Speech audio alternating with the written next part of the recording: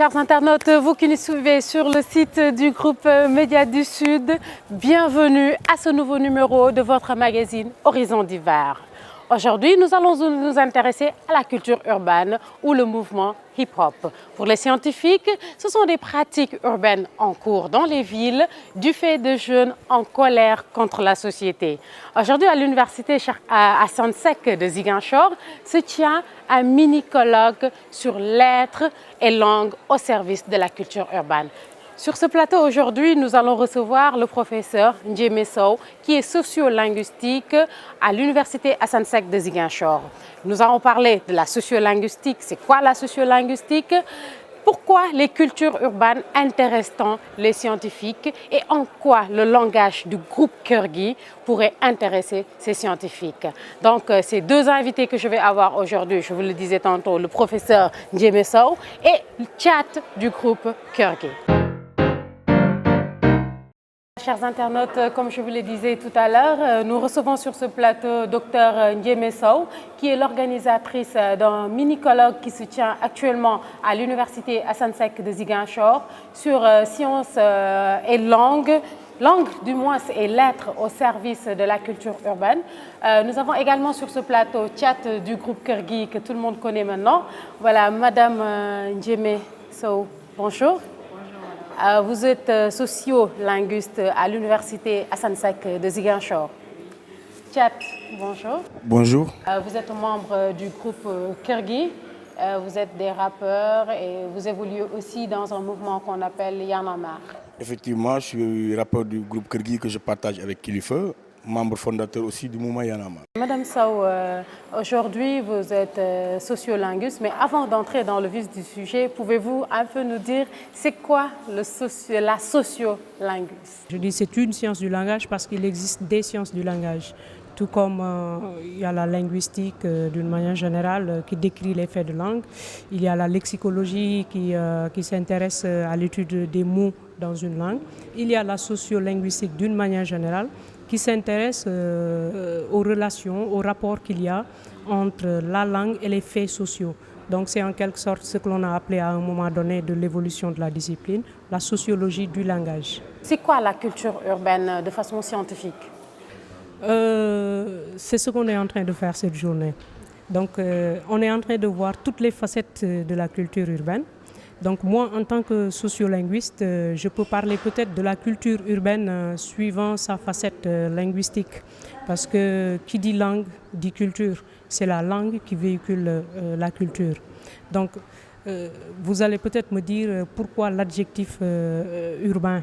Donc parce qu'on s'est rendu compte qu'on est en Afrique. Autrefois, c'était la tradition qui était de mise. Donc tout ce qui n'était pas traditionnel n'était pas quelque chose qu'on devrait considérer comme étant bon. Donc on s'est rendu compte qu'il y a eu des mutations sociales. Tout à l'heure, vous l'avez entendu avec les collègues qui sont intervenus sur la manière de parler des jeunes. Un autre collègue est intervenu sur le port vestimentaire, la manière de s'habiller, etc. Et il y a d'autres facettes. Il y a même la manière de danser tout à l'heure qui sera abordée par le directeur de l'UFR, même Eugène Tavares. Donc c'est une manière de dire qu'en fait les choses ont tellement évolué, autant sur la manière de parler, sur la manière de s'habiller, sur même la manière de manger, la manière de se comporter d'une façon générale dans la société. Et on s'est rendu compte que la ville dans son aspect citadin du terme, la ville en tant qu'entité mégalopole qui regroupe pratiquement plusieurs locuteurs de plusieurs langues, en tant que lieu où on retrouve vraiment un melting pot qui dit son nom. Donc la ville génère en fait ces transformations sociales. Donc c'est pourquoi on parle de culture dans le sens urbain du terme. Donc ce n'est pas pour opposer culture rurale et culture urbaine, mais c'est pour montrer que la ville a joué un rôle très important aujourd'hui dans les mutations sociales que nous connaissons aujourd'hui. Là, c'est vrai que les villes ont beaucoup contribué dans cela. Maintenant, pourquoi le hip-hop?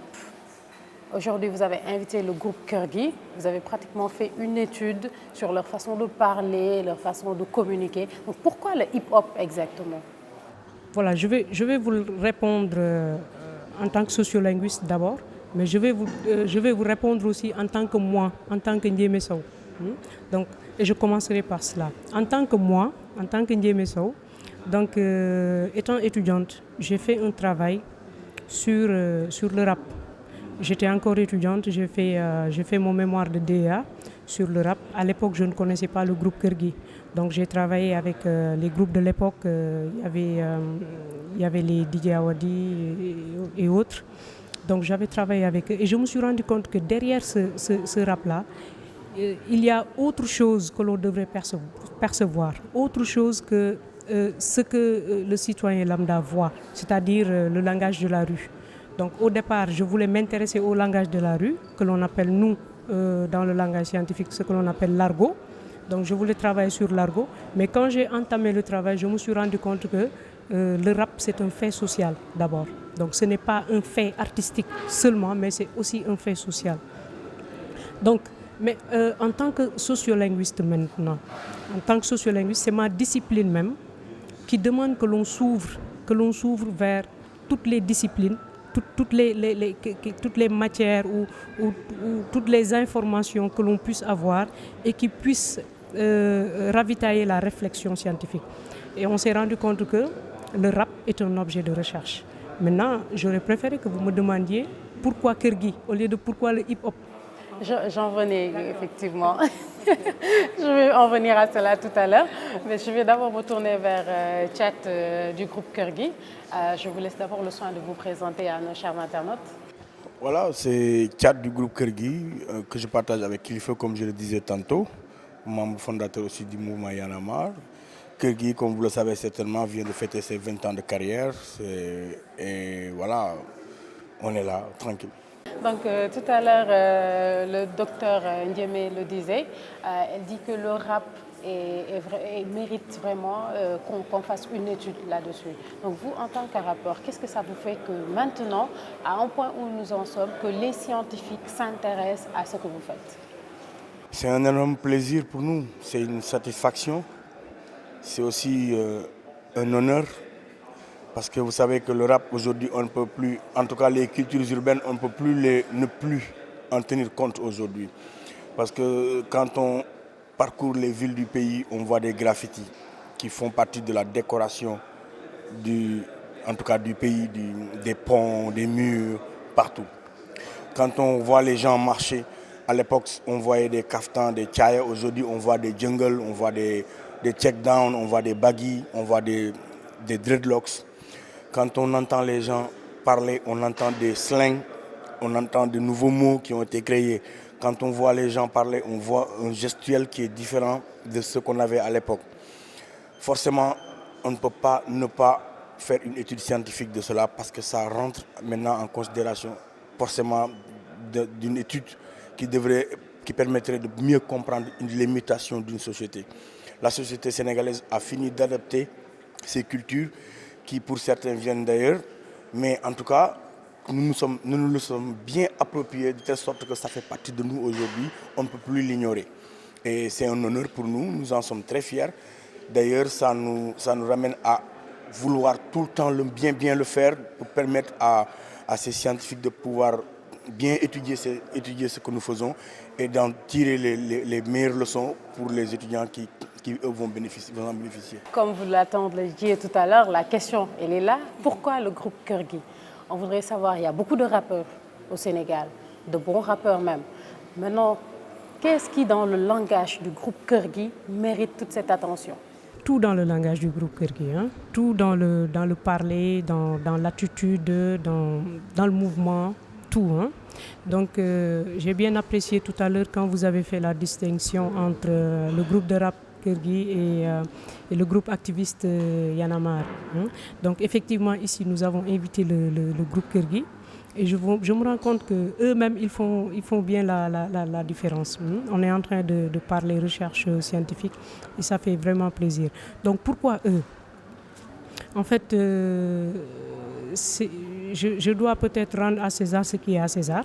J'ai été invitée l'année dernière à un colloque à Saint-Louis, initié par nos collègues du GRADIS, le groupe de recherche en analyse des discours sociaux, logé à l'Université Gaston de Saint-Louis, et où notre collègue Kalidoussi, qui est invité aujourd'hui même, est intervenu et nous a donné aussi la parole. Donc c'est là-bas que je les ai rencontrés. Et comme je m'intéressais toujours au rap, j'ai toujours écouté leurs textes. Et à plusieurs reprises, lors de mes enseignements, lors de mes séances de cours, je tirais mes exemples à partir des textes de rap de Kër Gui.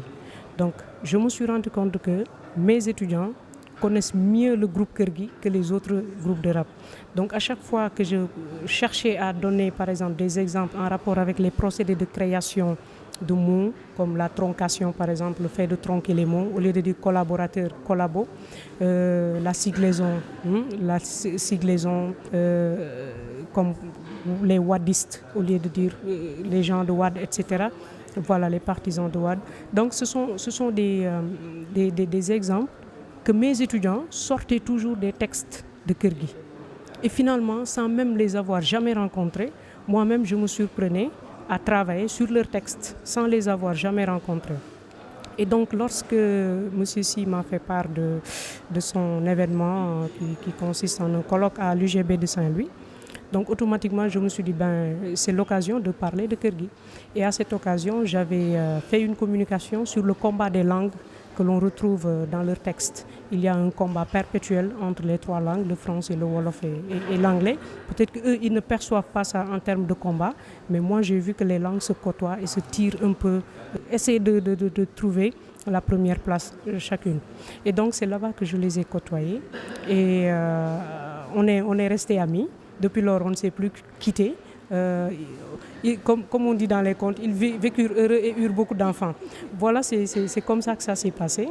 Et donc, ils ont été tellement généreux qu'ils nous ont proposé de nous offrir un concert gratuit. Et donc, puisqu'ils sont là pour nous offrir un concert gratuit, il faut aussi qu'on parle du rap, du hip-hop, des cultures urbaines en tant qu'objet de recherche et non pas en tant que phénomène que l'on retrouve dans la rue ou que l'on vit dans la société. C'est comme ça. Voilà, tout à l'heure, durant le panel, votre confrère, M. Kalidou, a émis l'idée selon laquelle il fallait réfléchir sur comment faire pour que ces cultures urbaines puissent être intégrées dans notre système pédagogique. Donc, que pensez-vous de cela? Et comment cela puisse être possible? Parce que nous savons en général que le rap, c'est un peu violent. Ce sont des propos un peu vulgaires, si je peux me permettre de dire ça comme ça. Donc, comment on peut intégrer cela dans notre système pédagogique? Je crois que c'est déjà fait. Peut-être que ce n'est pas quelque chose qui a été formalisé. Mais je vous ai dit que dans mes cours en sociolinguistique, les étudiants eux-mêmes me donnent des illustrations qui sont tirées du hip-hop, soit c'est le rap, les graffitis, etc. Dans mes cours de lexicologie, il en est de même. Vous avez vu dans le panel, il n'y a pas que des sociolinguistes, il n'y a pas que des lexicologues. Il y a des sémioticiens. Kalidou, il est sémioticien. Alpha Oumar, il est prof de littérature orale. Donc, Dame, il est en espagnol, il enseigne les langues. Donc, ça veut dire que c'est plusieurs disciplines qui sont là et que le rap a réussi à décloisonner.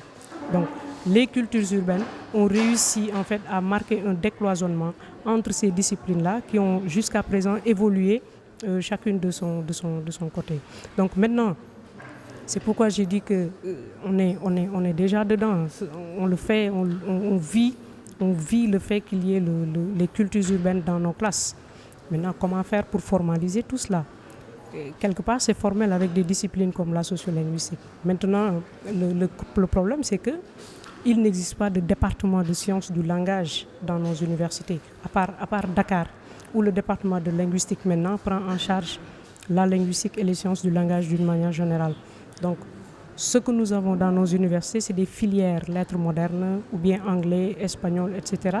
Après, l'étudiant se spécialise en linguistique et se sous-spécialise en sciences du langage, se sous-spécialise en culture urbaine. Voilà, donc c'est un peu ça. Le chemin est très long et peut-être qu'un jour, on trouvera vraiment la possibilité d'imposer les sciences du langage dès le début et l'introduction des cultures urbaines dans les programmes scolaires, dans les curricula. Oui, au collège, au lycée même, pourquoi pas. Voilà, chers internautes, avant de continuer notre débat, nous allons juste suivre quelques éléments, quelques réactions des panélistes qui sont passés tout à l'heure et nous reviendrons sur le plateau.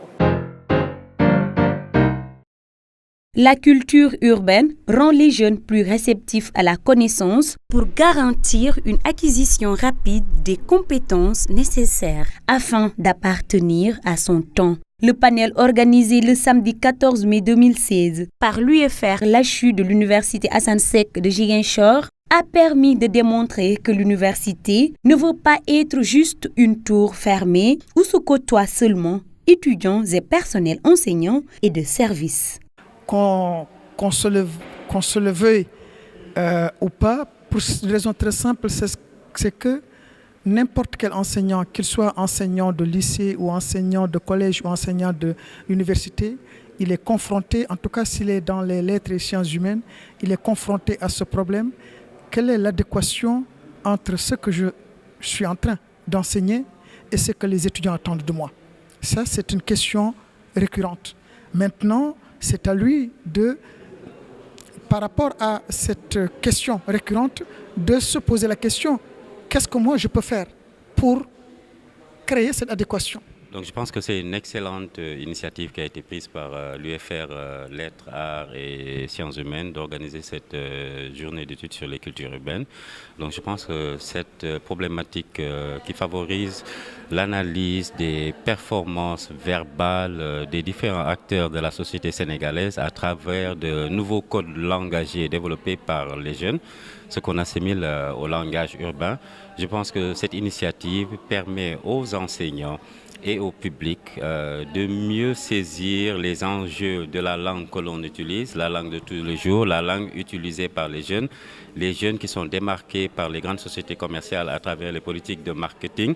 Donc il doit faire de telle sorte que les jeunes s'approprient ces nouvelles formes langagières pour développer un langage urbain qui correspond au vécu des jeunes. Il y a un projet de connaissance dans les cultures urbaines qui serait même en train de reconfigurer les sciences sociales. Le style musical comme le slam de Grand Corps Malade, de DJ Awadi ou encore du groupe Kergui, qui a pris part au panel de l'Université Assane Seck de Ziguinchor, conjugue science et sens, idéologie et pédagogie. Donc, Tchad, vous l'avez entendu, les panélistes ont émis l'idée d'intégrer, comme je le disais tout à l'heure au professeur, les cultures urbaines dans le curricula.